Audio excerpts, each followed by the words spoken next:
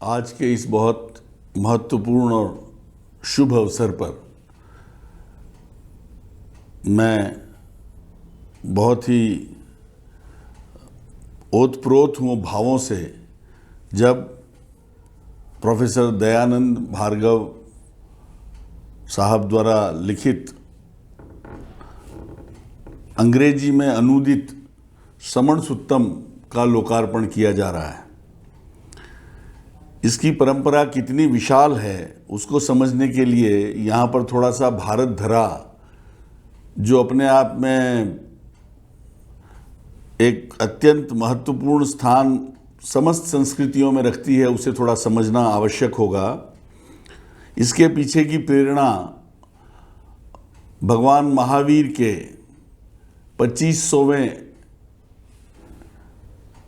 वर्ष मनाने के उत्सव के अवसर पर आचार्य विनोबा भावे के मन में ये आया कि जैन धर्म या जैन दर्शन की जो विभिन्न धाराएं हो गई हैं, यथा दिगंबर, श्वेतांबर, मंदिर मार्गी, स्थानकवासी, तेरापंथी, तो उन सभी को बिखरने से रोकने के लिए एक ऐसे सर्वमान्य पुस्तक का एक सर्वमान्य संकलन किया जाए जो कि सभी को उसी प्रकार स्वीकार्य हो जैसा कि सर्वोपनिषदो गावः, ये गीता के लिए कहा जाता है कि सारे उपनिषद तो गाय हैं और दुग्धम गीता अमृतम महत्, उसको जो उसका दुह करके जैसे गीता का ये अमृत रूपी ज्ञान पूरे संसार को मिला, उसी स्तर पे ऐसा एक ग्रंथ की रचना हो और उसी का ये परिणाम है कि हम आज समण सुत्तम हमारे समक्ष उपस्थित हुआ है।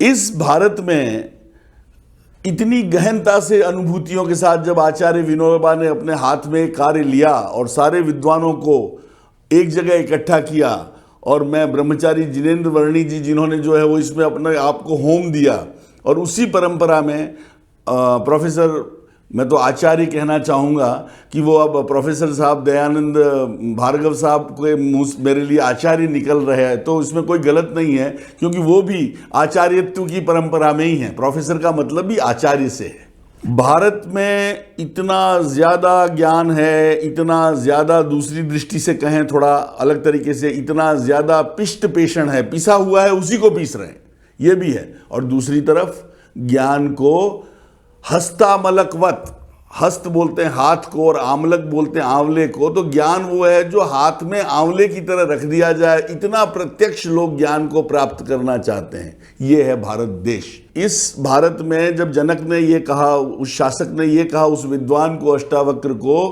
कि महाराज मैं तो घोड़े की सैर पे जाता हूँ, जो ही मैं एक रकाब में घोड़े की एक रकाब में पाँव रखूँ और दूसरी रकाब में पाँव रख करके घोड़े पे चढ़ूँ, इतने समय में अगर मुझे आप ज्ञान दे सकते हो तो दे दो।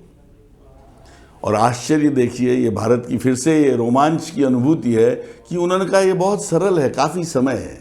और अष्टावक्र ने राजा जनक को जो कहा, उससे कहते हैं कि घोड़े की पीठ पे ही राजा जनक के पूरे स्पाइनल कॉर्ड में जो संचार हुआ, मैं इस रोमांच को अभी यहाँ अनुभूत करते हुए समझ सकता हूँ, क्योंकि सारी सृष्टि यद पिंडे तद ब्रह्मांडे, जो हमारे शरीर में है वही इस पूरे ब्रह्मांड में है। तो महाराज जनक को उन्होंने कहा कि एकदम संभव है, ऐसा हो जाएगा। वो जब आए तब उन्होंने कहा कि जनक क्या कहा, कल्पना कीजिए, सोचिए। और जनक उनके उसके बाद आजन्म शिष्य हो गए। उन्होंने सीधा एक ही बात कही, जनक तेरा मन मुझे दे दे। जैसा कहते हैं कि हिरण्मयेन पात्रेण सत्यस्यापि हितम मुखम, तो इस सत्य का मुख ढका हुआ है, ये प्रकट हो जाए, ये मानव जीवन का सबसे बड़ा, मैं समझता हूँ कि सबसे बड़ी अनुभूति है। ये मानव जीवन के सबसे बड़ा उसकी थाती है, उसकी प्राप्ति है। ज्ञान के इस विशालता का, ज्ञान की सार्वभौमिकता का अगर प्रतिपादन हुआ है तो जैन धर्म में, जैन दर्शन में, देखिए धर्मों के लिए तो स्पष्ट है, सनातन धर्म, इसमें हम सब, हमारी परंपरा में कहते हैं धारणा धर्म इत्याहु, हम धारण करते हैं उससे धर्म बनता है। और फिर धर्मो धारयते प्रजा, प्रजा का धारण वो धर्म करता है। ज्ञान की इस अनंतता का जो सार्वभौमिकता का जो प्रतिपादन जैन दर्शन में हुआ है, वो इतना विराट है कि इसको समझने के लिए, एकत्र करने के लिए जो ये प्रयास किया गया, और प्रोफेसर दयानंद भार्गव विपुल साहब ने, मुझे बचपन की उनकी बातें याद हैं कि वो पत्रिका में लिखा करते थे, अखबारों में लिखा करते थे। तो प्रोफेसर दयानंद भार्गव ने इसका इस पुस्तक को अंग्रेजी में अनुदित करके विश्व की दूसरी बड़ी भाषी लोगों को, 700 करोड़ लोगों में से जो सबसे, मंडारिन के बाद जो सबसे ज़्यादा बड़ी भाषा बोलते हैं, उनको एक पार्टी दी है, और वो पार्टी सतत चल रही है। जो भी इसका रसास्वादन करना चाहेगा वो इसमें डुबकी लगाएगा और उसे मोती मिलेंगे। ऐसी परंपरा में ये जो आज पुस्तक का जो ये लोकार्पण हो रहा है, और वो भी अंग्रेजी में इसका जो अनुवाद किया गया है, वास्तव में ये हृदय को उत्फुल्लित करने वाला है। मैं तो, जैसे कहते हैं ना, गीता सुगीता कर्तव्या किमन्य शास्त्र विस्तरे, सनातन धर्म में दुग्धम गीता अमृतम महत, उपनिषद आए, पहले वेद आए, वेद के बाद उपनिषद आए। उपनिषद भी अपनी तरह की एक कमेंट्री थी, और उन उपनिषद को भी एक तरह से दूह करके, है ना, स्वयं जो है वो गीता में हृदयम पार्थ, युद्ध के मैदान में स्वयं कृष्ण ने अपने मुंह से कहा है कि ये गीता तो मेरा हृदय है। उस हृदय के जो 700 श्लोकों में जो है वो, उसमें त्याग सब कुछ आ गया। तो उस गीता के स्तर पर लाने के लिए आचार्य विनोबा का जो प्रयास, जो भाव था, वो भाव जो आज प्रकट हुआ है, वो मुझे तो ये याद दिलाता है महाभारत के बारे में। शत सहस्री उसको संहिता बोलते हैं, 100,000, 1,00,000 से भी ज़्यादा श्लोक, जैसे उसमें कहते हैं कि यदि हास्ति तदन्यत्र, जो यहाँ है अर्थात महाभारत में है, यदि हास्ति तत् अन्यत्र, जो यहाँ है वो भी अन्यत्र भी है, और यन्ने हास्ति, जो इस महाभारत में है, न तत्क्वचित, वो कहीं पर भी नहीं है, अर्थात सार गर्भित है। तो ये पुस्तक जो है वो हस्तामलकवत, जो हाथ में आंवले की तरह रखी गई है, और उस आंवले का बॉटनिकल नाम, अंग्रेजी में नाम, और स्पेनिश, इटालियन, यानी कि पूरे विश्व को ग्राह्य रूप में जो ये अंग्रेजी में अनुवाद प्रोफेसर दयानंद विपुल ने आज किया है, वो मानवता पे सीधा परोपकार है।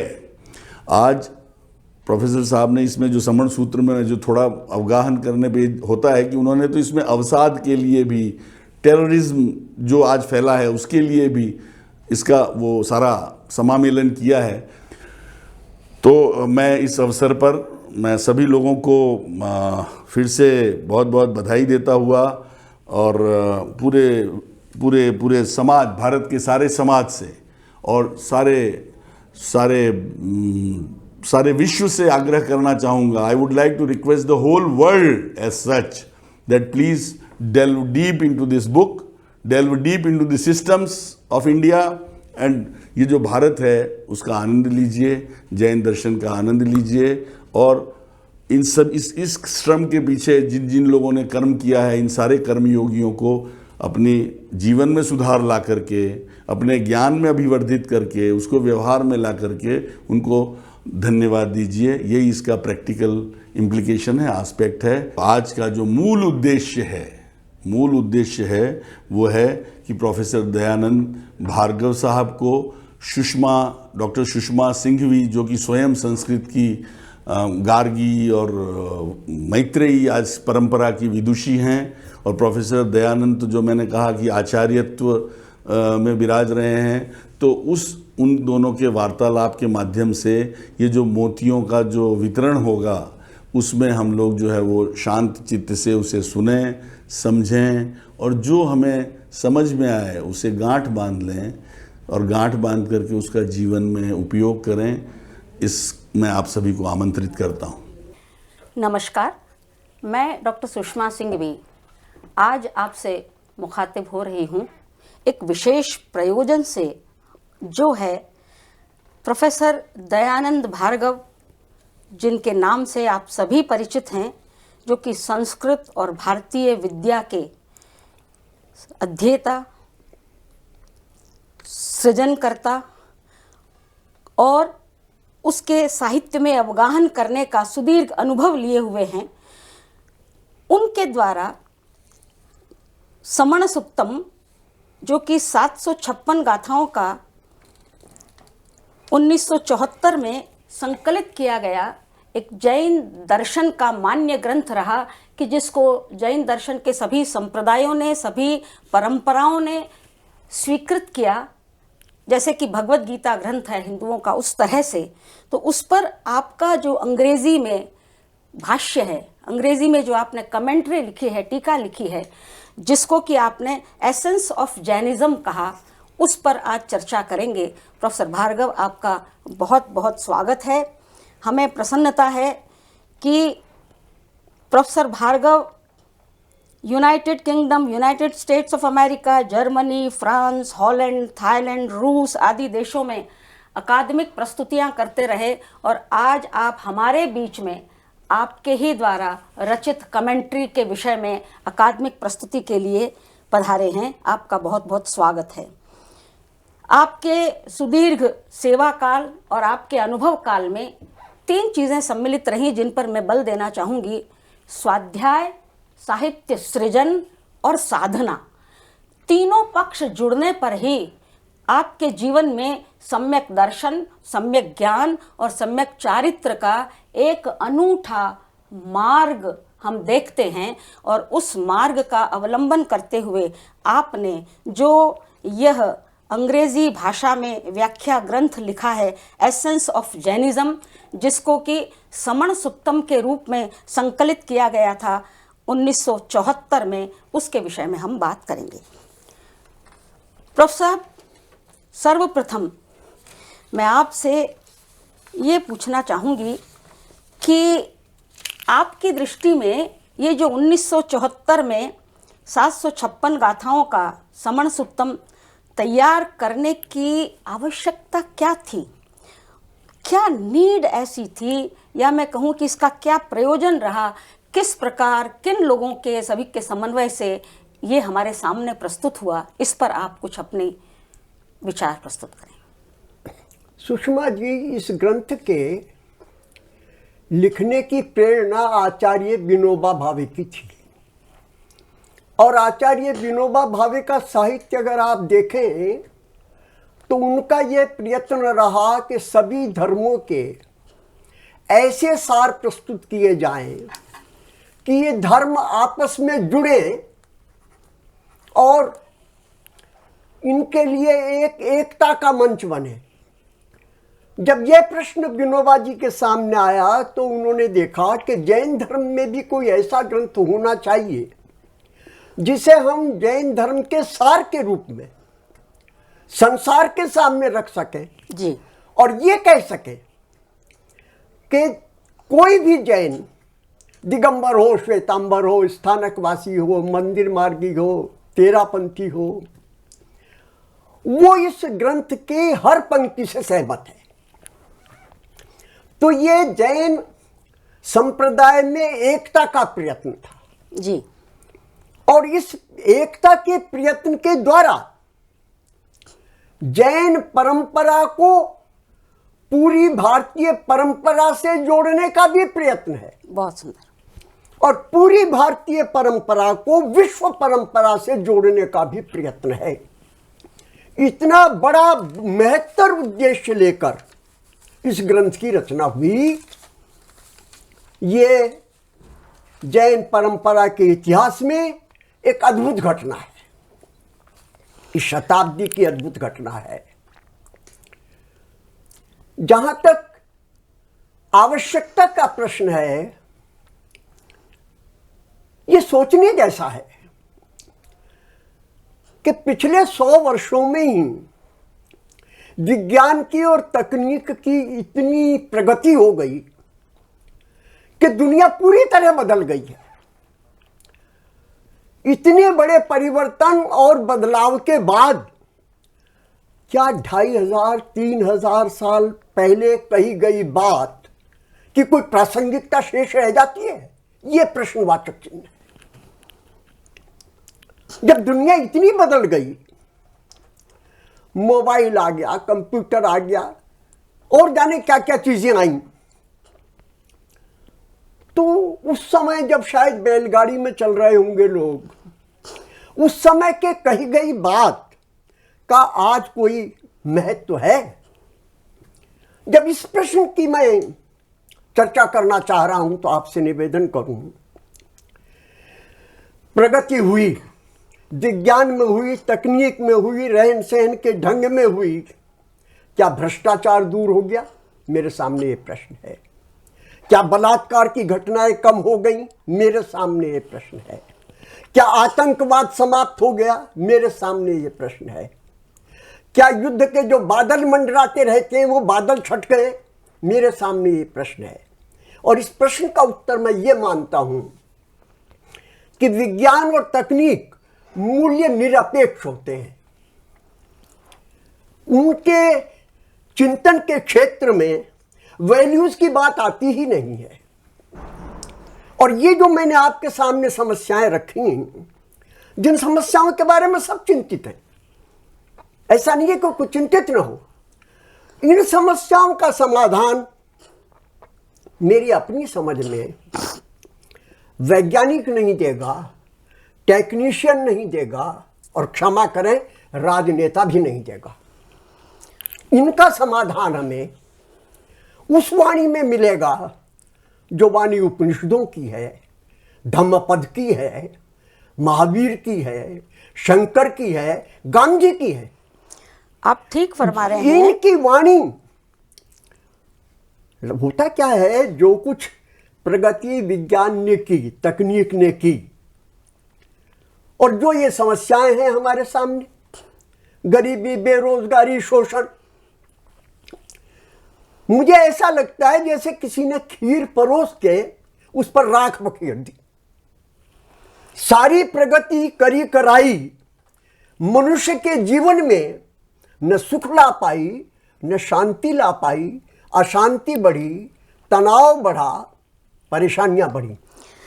मुझे लगता है कि समण सूत्र जैसे ग्रंथ का इस सारे परिप्रेक्ष्य में उतना ही महत्व है, उससे कम महत्व नहीं है जितना किसी भी विज्ञान की प्रगति का, तकनीक की प्रगति का, बल्कि उससे कहीं ज्यादा है। ये आवश्यकता मेरे सामने थी कि मैं समण सूत्र पर भाष्य लिखने के लिए प्रेरित हुआ। आपने विज्ञान और तकनीकी के परिप्रेक्ष्य में हुए परिवर्तन के बावजूद आज से 3000 साल पहले अथवा उससे भी पहले जो हमारे सामने जैन धर्म दर्शन का साहित्य था, या जो उसके प्रवचन थे, या जो जो जो उसकी परंपरा थी, उसकी आवश्यकता को आपने इंगित किया। लेकिन एक बात ये भी रही कि ये जितने भी परिवर्तन हुए, ये परिवर्तन बाह्य संयोगवश हुए, क्रोध मान माया लोभ वश हुए। जीवन, प्राण, चेतना, आदमी को भूख तब भी लगती थी 3000 साल पहले, आज भी लगती है। आदमी को प्यास तब भी लगती थी, आज भी लगती है। उसको मिटाने का प्रयास तब भी होता था, आज भी होता था। पर आपने ठीक कहा कि उस भूख प्यास को मिटाने के लिए, या आहार, संज्ञा, भय, मैथुन, इनकी प्राप्ति के लिए जो प्रयास होने लगे, वे इस कदर मूल्य विहीन हो गए कि हमको मूल्य सहित उस वाणी को आज लाना जरूरी पड़ गया। और वो आज भी सार्थक इसलिए होगी क्योंकि वो जीवंतता के साथ संबद्ध है, और जीवंतता मरती नहीं, यानी प्राण मरता नहीं। तो बहुत सुंदर आपने बात कही और आपने इसका प्रयोजन भी रखा। पर मैं एक और बात आपसे पूछना चाहती हूँ कि जिस प्रयोजन से, जिस आवश्यकता को महसूस करके, जो आपने व्यक्तिगत, सामाजिक, राष्ट्रीय, वैश्विक आवश्यकता की बात कही, उसको सामने रखते हुए समण सूत्रम का जो संकलन किया, और हमको पता है कि किस प्रकार उसमें सभी संप्रदाय के वरिष्ठ लोग, वो वरिष्ठ चाहे साधु संत थे, चाहे राजनेता थे, चाहे सामाजिक व्यक्ति थे, चाहे गृहस्थ थे, वहां से लेकर जिनेंद्र वर्णी जी से लेकर आचार्य विद्यानंद जी से लेकर, आपने ठीक कहा, सभी संप्रदायों के लोग, उनकी सबकी छाप लगी उस पर, तब ये सामने आया। लेकिन क्या उस प्रयोजन और उस आवश्यकता की पूर्ति के लक्ष्य में 1974 के बाद आज तक में ये समण सूत्रम संकलन खरा उतरा? आपकी दृष्टि में क्या लगता है? पहली बात, समण सूत्र के एक के बाद एक खूब संस्करण निकलते चले गए, जिसका अर्थ यह है इसकी लोकप्रियता बनी है जी। दूसरी बात, समण सूत्र से पहले भी समन्वय की बात होती थी। इसके आने के बाद मैं ये देख रहा हूं कि मंच से समन्वय का स्वर और अधिक मुखरित हुआ है, जैन मंच से भी और अजैन मंच से भी। प्रत्यक्ष या परोक्ष में मैं इसे समण सूत्र का योगदान मानता हूं। जी। दूसरी बात, समण सूत्र पर मेरा भाष्य अंग्रेजी में आया, जी। हिंदी में 6-7 भाष्य हो चुके हैं, जी। संस्कृत में अभी जयपुर से भाष्य निकल चुका है। जी। तरह तरह से इसको देखने की कोशिश की और मुझे इस बात की खुशी है कि उन सभी भाष्यों में जो आमतौर पर लेख में सांप्रदायिकता आ जाया करती है, वो सांप्रदायिकता नहीं आई है। बहुत। इसे मैं एक उपलब्धि मानता हूं। कोई जैन ग्रंथ उठाकर देखें, कहीं ना कहीं परोक्ष प्रत्योक्ष वो संप्रदाय वाला झगड़ा आ खड़ा होता है। समण सूत्र में वो झगड़ा नहीं आया। डंबर भी इस पर बोले, श्वेतांबर भी बोले, और संप्रदाय के लोग भी बोले। जो कहा गया निर्विवाद ढंग से कहा गया। इसने संवाद का मार्ग खोला, विवाद का शमन किया। ये इसका बहुत बड़ा योगदान मैं समझता हूं। बहुत सुंदर और सही बात आपने फरमाई। तो ये समण सूक्तम को जो आपने एसेंस ऑफ जैनिज्म कहा, ये किस प्रकार जैन धर्म दर्शन के सार को प्रस्तुत करता है? ये बात इस ग्रंथ के शीर्षक में स्पष्ट है। समण शब्द जो है जी। वो स्वयं ही जैन धर्म का सार है। भगवान महावीर से किसी ने पूछा था कि धर्म का कोई एक शब्द में अगर अर्थ करना हो तो क्या अर्थ करें? तो उन्होंने एक उत्तर दिया, समया धम्मम उदाहरे मुनि। साधु को चाहिए धर्म का अगर कोई स्वरूप जानना चाहे एक शब्द में, तो उसे कहे धर्म का स्वरूप है समता। जी। और ये समण शब्द समता ही है, लेकिन क्योंकि प्राकृत है इसलिए संस्कृत में इसे शम शांति भी कहेंगे और श्रम पुरुषार्थ भी कहेंगे। बहुत।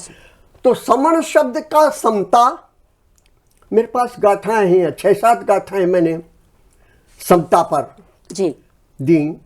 थोड़ा उनके एकाध शब्द बोलूं, पूरी गाथा नहीं पढ़ूंगा। जी।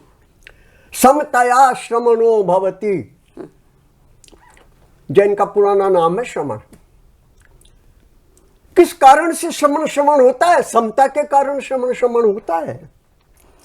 और यही आप ठीक फरमा रहे हैं, श्रमण परंपरा जो एक तरह से ब्राह्मण परंपरा के यज्ञादि विधानों से अलग हुई, तो वहां पर ये समत्व भी, इस समत्व ने भी काम किया। समत्व ने काम किया। ये काम इतना ज्यादा हुआ कि जहां समया धम्मम उदाहरे मुनि कहा गया, मां समत्वम योग उच्चते भी गीता ने कह दिया। बिल्कुल सही है।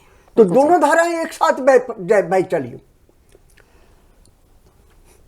एक गाथा जो इस समण सूत्र में आई वो पूरी पढ़ूंगा।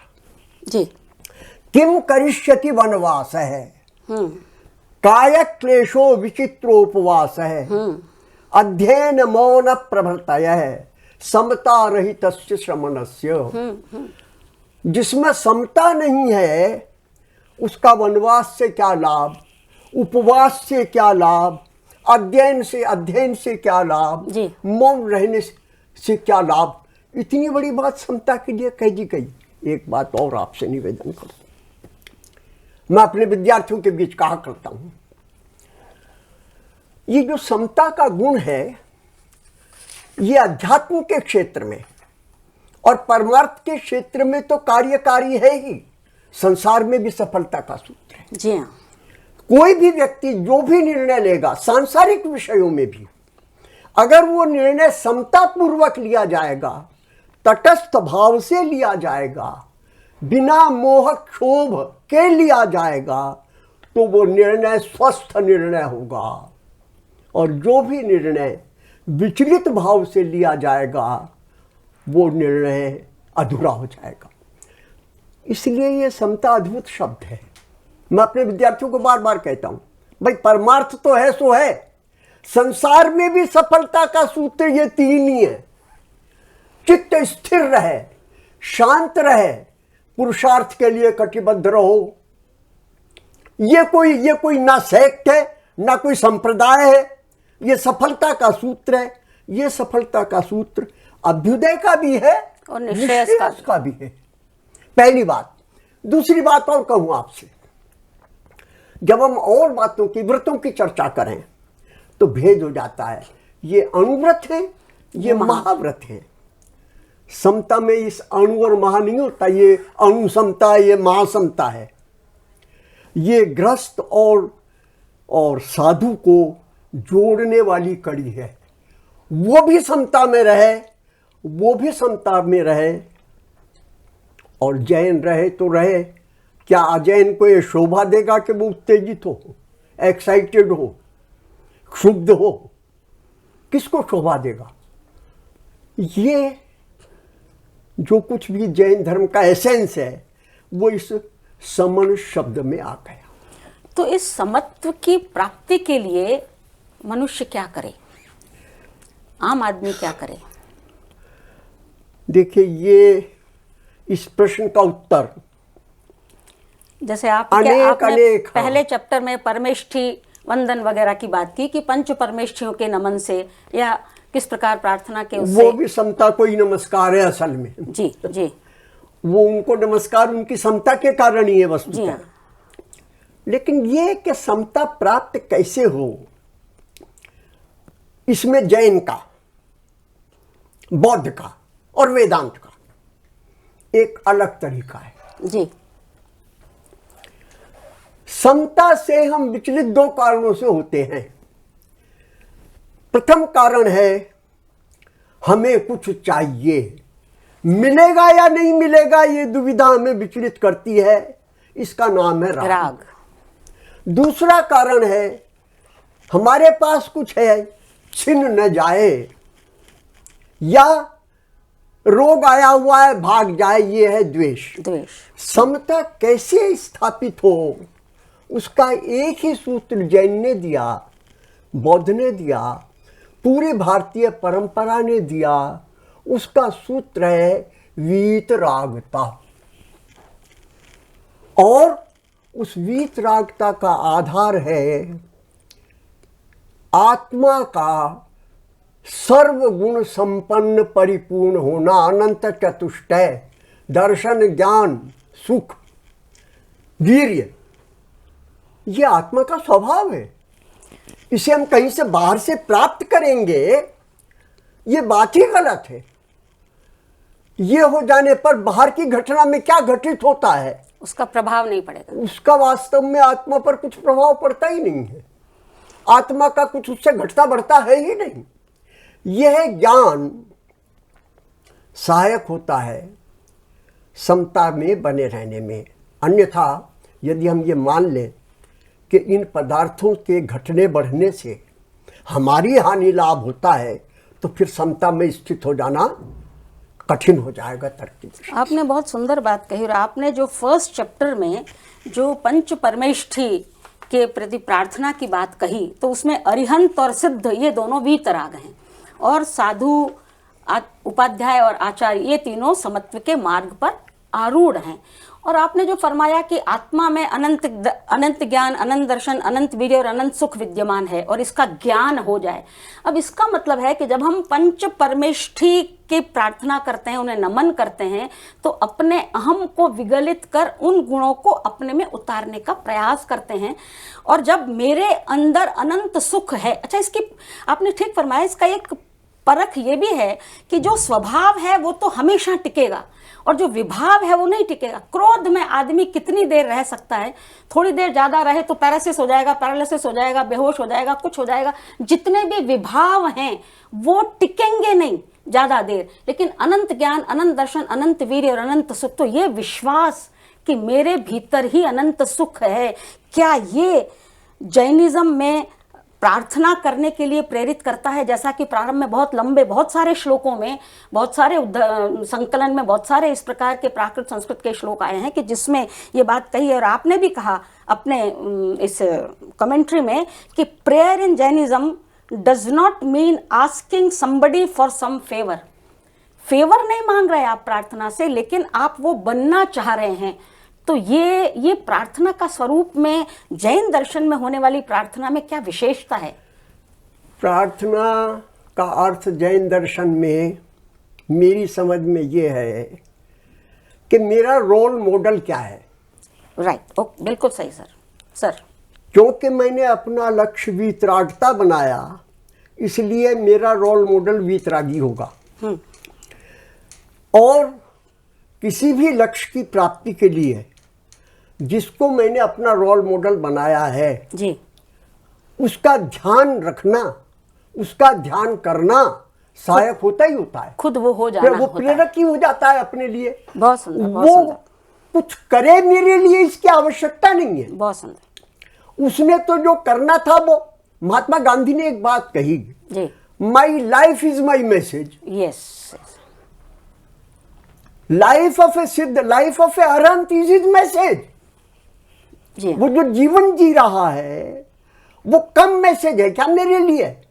और वो कम दे दिया है क्या कि जो कुछ और मांगू कि महाराज मेरे सिर पे हाथ रख के इतना सा और कर दो? कह तो दिया जो कहना था, जो दे तो दिया जो देना था। तो बहुत एक उदाहरण प्रस्तुत कर दिया। वीतरागता का जीवन जिया जा सकता है, सफलता पूर्वक, सुख पूर्वक जिया जा सकता है। कल्पना करें सुषमा जी, जब बुद्ध और महावीर विचरण कर रहे थे तो इस देश में 500-700 राजा थे। स्वतंत्रता मिली तभी 500-700 थे। कितने राजाओं के नाम हमें मालूम है? इन 2 फकीरों के नाम मालूम है। वीतरागी हुए। और अगर किसी राजा का नाम मालूम है तो इसलिए कि वो इनके संपर्क में आया था। वीतराग कुछ चाहता तो नहीं, पर बिना चाहे कैसी कीर्ति और यश मिलता है, ये उदाहरण हमारे सामने है। तो आपने तो एक बहुत बड़ी बात कह दी कि आपने अपनी कमेंट्री के माध्यम से ये भी देने का प्रयास किया है कि हम सदा सुखी रह सकते हैं। सदा सुखी रहने का बशर्ते सुख के पीछे न भागे। हाँ, तो ये जोड़ लें आप। शर्त तो होगी। हाँ, पर ये कि ये जो वीतरागता सुख का स्रोत है, ये जो आपने बात कही, ये मैं समझती हूँ कि आज इतनी रेलेवेंट है। जो भाग रहे हैं पीछे, तो ये वीतरागता सुख का स्रोत है। और इस दृष्टि से जैन धर्म विशिष्ट है। तो मैं आपसे ये पूछना चाहती हूँ इस प्रसंग पर कि समण सुत्तम में धर्म को किस तरह परिभाषित किया है? धर्म को जिस तरह समण सूत्र में दी गई गाथा में परिभाषित किया गया वो बड़ा अद्भुत है जी। चारितम खलु धम्मो। वाह, कुंद कुंदाचार्य, वाह। चरित्र का नाम धर्म है जी। आप एक बात को देखें, ये कैसी परिभाषा है? कौन इनकार करेगा इससे? चरित्र को कौन मना करेगा? नास्तिक भी कहां मना करेगा? मैं पूछूं आपसे। आज जो धाराएं आत्मा को नहीं मानने वाली हैं वो भी ये कहेंगी क्या कि हम चरित्र को नहीं मानते? ऐसा कौन कहेगा? और चरित्र क्या कहा? चरित्र नाम है समता का। और समता किसका नाम है? मोह क्षोभ विहीन आत्मनः परिणति। व्यक्ति में मोह का अर्थ सीधा अर्थ करें, confusion. A man is not confuse that enough. सारी मुसीबतें अज्ञान है। अज्ञान का नया नाम अंग्रेजी में कंफ्यूजन है। इग्नोरेंस और बात है, कंफ्यूजन और बात है। इधर जाऊं तो उधर जाऊं, ये कंफ्यूजन। और क्षोभ, जरा से अपमान में व्यक्ति का खाना हराम हो जाए, नींद हराम हो जाए, ये जीवन का तरीका है क्या? क्षमा करें। तो कहीं इसको इनफैचुएशन आपने जो कहा टीका में, कहीं उसकी भी इसमें झलक है? मोह को मैं सम्मोहन कहता हूं। इसके पहले सम उपसर्ग लगा देता हूं ताकि आज के मनोविज्ञान की भाषा में समझ में आ जाए मामला क्या है। ठीक है। That we are infatuated. Yes, ठीक है। इन्फेचुएशन का मतलब बाहर की किसी भी चीज से, इंद्रियों के माध्यम से, मन के माध्यम से मैं इधर या उधर इतना डिग जाता हूं कि मेरा संतुलन खराब हो जाता है। जैन दर्शन ने मोहनीय कर्म को कर्मों का राजा कहा है। मोह चला जाए तो बाकी सारे कर्म स्वयं ही चले जाते हैं, ये सारे बंधन स्वयं ही कट जाते हैं। ये बहुत प्रसन्नता की बात है कि आपने इस मोह के रहने पर बंधन और मोह के हटने पर कट जाना, इसको बहुत अच्छी तरह समझाया है। ये बहुत ही प्रसन्नता की बात है। ये उत्तराध्यायन की एक गाथा है जिसका अर्थ है कि जन्म, जरा, रोग, मरण और दुख हैं, ये मरण आदि ये सब दुख हैं। और अहो संसार, सारा संसार दुख है जहां लोग कष्ट पाते हैं। एक जनरल बात है कि भाई ये दुख है और ये कष्ट पाते हैं। तो आपने उसको समझाते हुए लिखा है कि Mahavir declares that the world itself is misery in which man suffer distress, yet surprisingly people are not ready to leave it because infatuation is quite deep. फिर आप आगे कहते हैं people are moving towards imprisonment on their own, they are preparing shackles for themselves by their own hands. In distress they weep, shout, and they want to be even then they want to be free, but even then what they do is just opposite. तो ये जो आपने समझाकर आपने ये समझाने की कोशिश की कि इनफैचुएशन ही व्यक्ति को दुख में डालता है और इनफैचुएशन मिटाने पर ही व्यक्ति दुख से मुक्त हो सकता है। तो ये उल्टा करने का कारण आपने जो मोह बताया, मोह में आदमी का सर्कल बहुत छोटा होता है, कुछ ही लोगों को अपना मानता है कि इनके लिए कुछ करूं, और लेकिन ये मोह का आवरण। एक बार एक प्रश्न उठा, मैं बहुत छोटी थी, वीत राग की बात आई तो मैंने ऐसे पूछा कि भाई राग के बिना कैसे रहें। हम राग जनरल समझते थे, भाई प्रेम, मोह, अपनापन। तो कहते हैं, मुझे एक समझाया हमारे पेरेंट्स में से किसी ने कि बेटा मोह में और प्रेम में बड़ा अंतर है। ये मोह तो बांधने वाला होता है। एक गुब्बारा लो और गुब्बारे में आप हवा भरो तो उसकी परत मोटी है, जब हवा और ज्यादा होगी तो उसकी परत थोड़ी पतली होगी, फिर और उसका दायरा बढ़ेगा तो उसकी परत और पतली हो जाएगी, और एक समय ऐसा आएगा कि उसका दायरा इतना बढ़ जाएगा कि परत फट जाएगी।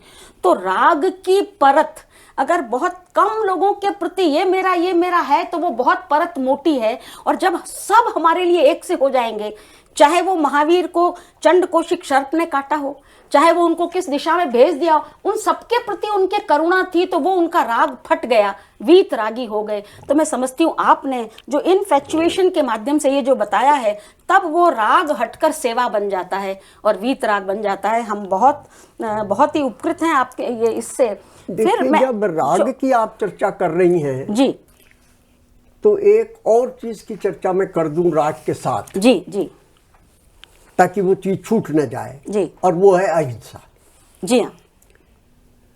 जैन धर्म का मैं इसको एक मौलिक योगदान मानता हूं कि हिंसा के मूल में जितना द्वेष रहता है उससे अधिक राग रहता है। बहुत बहुत इंपॉर्टेंट बात, बहुत सुंदर, ये जैन ने कहा, बहुत सुंदर। हम ये समझते हैं कि मेरा किसी से द्वेष है तो बुरी बात है, प्रेम है तो इसमें क्या बुरी बात है? नहीं, वैरी भवती सौहृदम, ये राग ही द्वेष में बदल जाता है। कहीं राग नहीं हो तो दूसरी जगह द्वेष नहीं होगा, द्वेष नहीं होगा। और इसका दूसरी तरफ अर्थ, एक तो अहिंसा में अर्थ रखा, रागादि नाम उत्पत्ति रेव हिंसा, राग पैदा हुआ तो हिंसा तो हो गई, दूसरा मरे या ना मरे आपसे। बहुत सही। ये जैन का, ये मैं इसलिए कह रहा हूं कि जब विश्व परिप्रेक्ष्य में देखूं, लव की बात हर जगह होती है, काइंडनेस की, कंपैशन की बात हर जगह होती है, तो जैन एक बात की तरफ ध्यान दिलवा रहा है और वो महत्वपूर्ण है। कोई कंपैशन, कोई काइंडनेस, कोई लव, अगर उसमें राग का अंश आ गया है तो दूध के प्याले में विष की बूंद आपने डाल दी। क्या बात है। ये बात जैन धर्म की तरफ से केवल भारत में नहीं, भारत तो इस बात को बहुत कुछ समझता भी है, सारे संसार में जाननी चाहिए। उसका कारण है विश्व शांति की बात हो रही है। यूएनओ ने कह दिया युद्ध का जन्म मनुष्य के मन में होता है। मैं इसमें टिप्पणी की तरह कहना चाहता हूं, अशांति का जन्म मनुष्य के राग में होता है। बहुत सही। खाली मन कहने से काम नहीं चलेगा, मन कौन सा होगा? बहुत सही। शुद्ध मन भी होता है, शुद्ध मन भी होता है। सारी अशांति का जन्म राग में होता है। और ये जितनी गाथाएं हैं ये सब माला के मनके हैं, जिनके बीच में कोई एक सूत का धागा पिरोया हुआ है तो वीतराग। कोई आप गाथा उठा लें, पूछे इसकी जस्टिफिकेशन क्या है, तो जस्टिफिकेशन अंततः गत्वा वीतरागता में मिलेगी। बहुत सुंदर। उसके बिना कोई वीतराग। और आपसे एक बात और कह दूं, गीता तो प्रसिद्ध हो गई। मैं योग वासिष्ठ देख रहा था, मोटा ग्रंथ है, वीतरागता का एनसाइक्लोपीडिया है। और पता है उसमें क्या बोल रहे हैं राम वशिष्ठ से? राम वशिष्ठ को ये कह रहे हैं कि ऐसा कब होगा जब मैं जिनके समान वीतरागी हो जाऊंगा। क्या बात है, क्या बात। ये वैदिक परंपरा के ग्रंथ में राम बोल रहे हैं वशिष्ठ को, ये जैन ग्रंथ नहीं है। और जिन को उद्धृत हाँ, करके, जिनकी तक जिन मॉडल बन रहा है राम के लिए योग वासिष्ठ में। जिन्होंने जीत लिया राग और द्वेष को। कहां से ये बात चली है? वीतरागता में से चली है। आपने जो ये बहुत पिन पॉइंटेड विशेषता उठाई है, सचमुच इसको विश्व को और हमको समझना चाहिए। इसके साथ मैं समझती हूँ जैन दर्शन की एक विशेषता और कि चूंकि हमारा स्वभाव, हमारा स्वरूप अनंत ज्ञान, अनंत दर्शन, अनंत वीर्य और अनंत बल युक्त है, अनंत सुख और बल युक्त है, तो अगर हम अपने स्वभाव से विभाव में आते हैं तो विभाव में आते ही चाहे कषाय, क्रोध, मान, माया, लोभ हो, मैं अगर आप पर गुस्सा करूं तो आप पर गुस्सा, आप में परिवर्तन तो बाद में आएगा। मेरे गुणों का घात हो गया, मेरे जो अनंत ज्ञान, अनंत दर्शन गुण है उसका घात हो गया, तो यहां हिंसा पहले हो गई। तो अहिंसा के परिप्रेक्ष्य में जैन दर्शन ये कहता है कि जब भी व्यक्ति विभाव में हो, मतलब जिसको आप मोह कह दें, कुछ भी कह दें, राग कह दें, तो वो अपना घात पहले करता है, दूसरे का बाद में। तो अगर ये दृष्टि बन जाए तो मैं समझती हूँ कि आपने जो बात कही है उसको हमें अपनाने में बहुत आसानी होगी। ये बात आप ठीक कह रही हैं। राग को एक और तरह भी जैन धर्म ने डिफाइन किया, अपरिग्रह की तरह से। मैं पूछ रही थी आपसे। हाँ, और अभी मोह की हमने चर्चा की, परिग्रह का लक्षण दिया मूर्छा। मूर्छा और मोह एक ही बात है। एक ही बात, बिल्कुल है, बिल्कुल।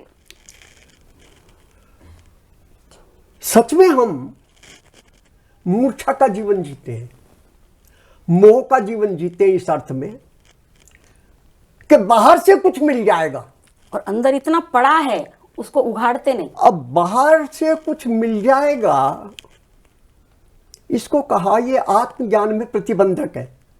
आत्मा को जानने में प्रतिबंधक, ये बाधक है। वाह साहब वाह। कि बाहर से कुछ मिल जाएगा, वरना आत्मा के ज्ञान, आत्मा कोई जाने की ज्ञान का चक्कर ही कहाँ है लंबा चौड़ा। कोई बड़ा कोई व्यायाम नहीं करना है, रास्ते में रोक लिया है इस परिग्रह ने रोक लिया है जी। समन सूत्र से अपनी चर्चा चालू हुई। मैं दो गाथाएं उसकी जो प्राय अंत में ही दी गई हैं जी जी, और जिसके कारण मेरा जैसा व्यक्ति जो जैन कुल में पैदा नहीं हुआ है वो भी समन सूत्र का भक्त हो गया। वो दो गाथाएं सुने जी। और आज जब सारे संसार में फंडामेंटलिज्म और भारत में सांप्रदायिकता ये समस्याएं खड़ी हुई हैं, तो समन सूत्र का संदेश सुने कितना स्ट्रांग है। स्वयं प्रशंसन्तः गर्हन्तः परं वचः ये तु तत्र विदस्यन्ते संसारे ते विच्छिता। वे लोग संसार के सागर में डूबे हुए हैं जो अपने अपने संप्रदाय की प्रशंसा और दूसरे के संप्रदाय की निंदा करते हैं। फंडामेंटल की जड़ी काट दी आपने नए के उल्लेख में और कितना अनेकांत के उल्लेख में इसको स्पष्ट किया है। कोई मतलब जैन जो है इससे ज्यादा दुर्गति की बात नहीं कर सकता। संसार में डूबे हुए हैं वे लोग, डूबे हुए हैं बहुत, जो अपनी प्रशंसा और दूसरे के अपने संप्रदाय की। तो फिर अपना संप्रदाय तो सभी को अच्छा लगता है और दूसरा संप्रदाय अगर उल्टा है तो उल्टा लगता ही लगता है, उसका भी दिया। नाना जीवा नाना कर्म, नाना विधा भवेत लब्धि, तस्माद वचन विवादम स्व पर समय वर्जयेत। संसार में अनेक प्रकार के लोग हैं, अनेक प्रकार की उनकी पृष्ठभूमियां हैं, वो सब एक प्रकार के कैसे हो जाएंगे? नहीं ये हो सकता। प्रयत्न ही व्यर्थ है कि हम के संसार में एक रूपता कर देंगे। हो ही नहीं सकता। अनेकता में ही एकता ढूंढनी पड़ेगी, और उसके लिए ये समझना। सर इसीलिए आपने जब अब मैं न्याय की एक व्याख्या बात की- कहकर अपनी बात कह दूं। ये जो दो गाथाएं हैं, भविष्य में जैन धर्म दर्शन का कार्य क्या रूप ले, उसके लिए मार्गदर्शक है। हमें विवाद शब्द पढ़ा है, तस्माद वचन विवादम। मध्य युग में सब जगह हुआ विवाद विवाद विवाद। उससे हमारे धर्म दर्शन इतनी बुरी तरह आक्रांत हो गए कि वो जैसे अपनी रेलेवेंसी खो बैठे। इसलिए संवाद चाहिए। संवाद की दिशा हमें भविष्य में लेनी हो, ये इसका एक बड़ा बलवान संदेश है समण सुत्त का। मैं समझती हूँ प्रोफेसर साहब, आपने इस समण सुत्तम पर भाष्य लिखकर विश्व के पाठकों के लिए, क्योंकि खास तौर से अंग्रेजी में लिखा, तो विश्व के पाठकों और भारत के भी नई पीढ़ी जो कि अंग्रेजी के कुछ निकट है, तो उनके लिए एक बहुत ही उत्तम काम इस रूप में किया है कि इसमें केवल अनुवाद नहीं है आपकी गाथाओं का, इसमें व्याख्या केवल ये नहीं है कि जैन दर्शन ऐसा कह रहा है उसकी व्याख्या है। आपने जो एक कंपैरेटिव रूप दिया उसको, आपने जो एक व्यापक स्वरूप दिया, आज क्यों रेलेवेंट है इसको स्वरूप दिया, इस तरह जैन दर्शन धर्म के सार को प्रत्येक गाथा की कमेंट्री में प्रस्तुत करने के लिए आपका जैन एथिक्स पर जो शोध था इतना लंबा, उस जैन एथिक्स के शोध को आपने इसमें सामने आप लाए, प्रस्तुत किया कि जैन आचार कैसा हो, किस प्रकार श्रमण व्रतों का पालन करे वगैरह वगैरह। तो मैं समझती हूं कि अंत में समय की सीमा को देखते हुए मैं चाहती हूं कि आपका कोई ऐसा संदेश हो जो समण सुत्तम पर आपकी कमेंट्री एसेंस ऑफ जैनिज्म को पढ़ने, समझने, हृदयंगम करने और जीवन को सुखी बनाने में सहायक हो। देखिए, मुझे कोई संदेश की आवश्यकता नहीं है। समण सुत्त में बहुत स्पष्ट रूप में संदेश है, और वो संदेश है मध्यस्थता का भाव, तटस्थता का भाव। राष्ट्र की समस्या हो, समाज की हो, परिवार की हो, समस्या को जो पैदा करता है वो राग द्वेष करता है, और जो समाधान है वो तटस्थता में है, मध्यस्थता में है। ये संदेश साफ है। लेकिन एक बात कहकर अपनी बात पूरी जरूर करूंगा। संसार में सबसे अधिक अनुवाद बाइबल के हुए हैं, सबसे अधिक भाषाओं में। गीता शायद नंबर 2 या 3 पर आती होगी संसार में। समण सुत्त के ये आवश्यकता है कि इतनी भाषाओं में अनुवाद हो। कोई पढ़ेगा नहीं पढ़ेगा चिंता न करे। इसे अगर इसका मान लीजिए जर्मन में अनुवाद कर दिया आपने, और जर्मन के एक पाठक ने पढ़ लिया, आपका काम सफल हो गया। अभिज्ञान शाकुंतल एक ने पढ़ के पूरे विश्व में फैला दी। तो आपका सर बहुत बहुत आभार है, क्योंकि जैन धर्म दर्शन के संबंध में इस समण सुत्तम के इस कमेंट्री जो एसेंस ऑफ जैनिज्म है, उसमें आपने व्यक्ति व्यवस्था, समाज व्यवस्था, विश्व व्यवस्था का समग्रतया विचार किया है। और आपका ये अंतिम जो संदेश है कि इसका विविध भाषाओं में अनुवाद होना चाहिए, ताकि विश्व की पूरी मानवता इसको पढ़कर समझकर अपने जीवन का उन्नयन कर सके, और इसके भीतर में छुपे हुए जो सनातन त्रैकालिक, सार्वकालिक, सार्वभौमिक और सार्वकालिक जो तथ्य है, चेतनात्मकता है, उसको स्वीकार कर सके, उसका साक्षात्कार कर सके। अंतिम संदेश तो मौन है। सव्वे सदा निवठन्ति। शब्द में कितना ही कह दो, अनंत कहना बाकी रह जाता है। धन्यवाद। स्याद्वाद और अनेकांतवाद की यही परिभाषा है। धन्यवाद। हमें प्रसन्नता है कि कला और संस्कृति के मंत्री डॉक्टर बी.डी. कल्ला साहब हमारे बीच हैं। हमें ज्ञात है कि कल्ला साहब का रुझान किस प्रकार कला और संस्कृति के संवर्धन के लिए सदा तत्पर रहते हैं। वे इस समय मैं अनुरोध करूंगी माननीय श्री बी डी कल्ला साहब से कि आप कृपया समण सुक्तम एसेंस ऑफ जैनिज़्म का लोकार्पण कर भारतीय संस्कृति और सभ्यता की एक वानगी जैन धर्म दर्शन के एकत्र निदर्शन को दुनिया के सामने लाएं। माननीय श्री बी डी कल्ला साहब।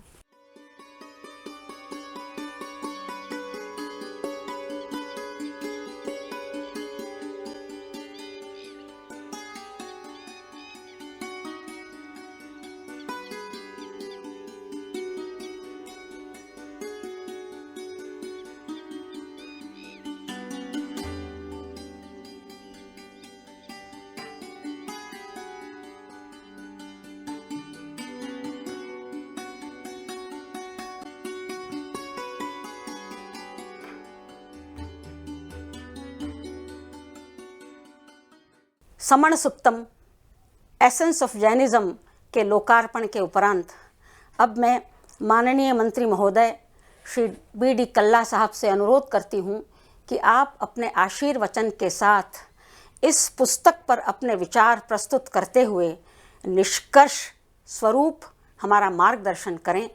हम बहुत आभारी रहेंगे। धन्यवाद। समण सुतम ग्रंथ का लोकार्पण आप सभी का सादर अभिवादन।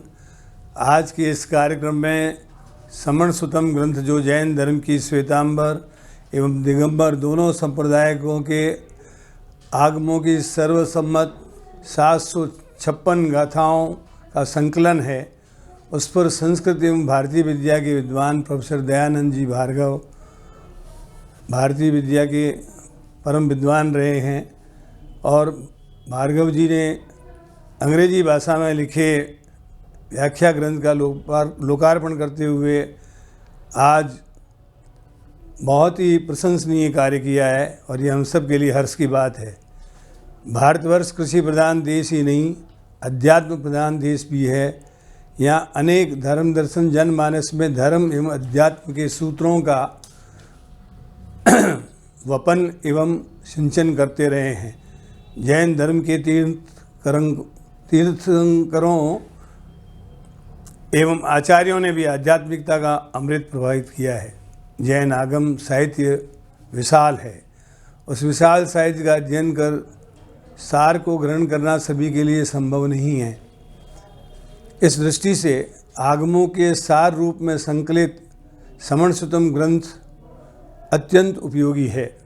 समण सुतम ग्रंथ सन 1974 में तब संकलित हुआ था जब 24वें तीर्थंकर भगवान महावीर जी का 25वां निर्वाण वर्ष मनाया जा रहा था।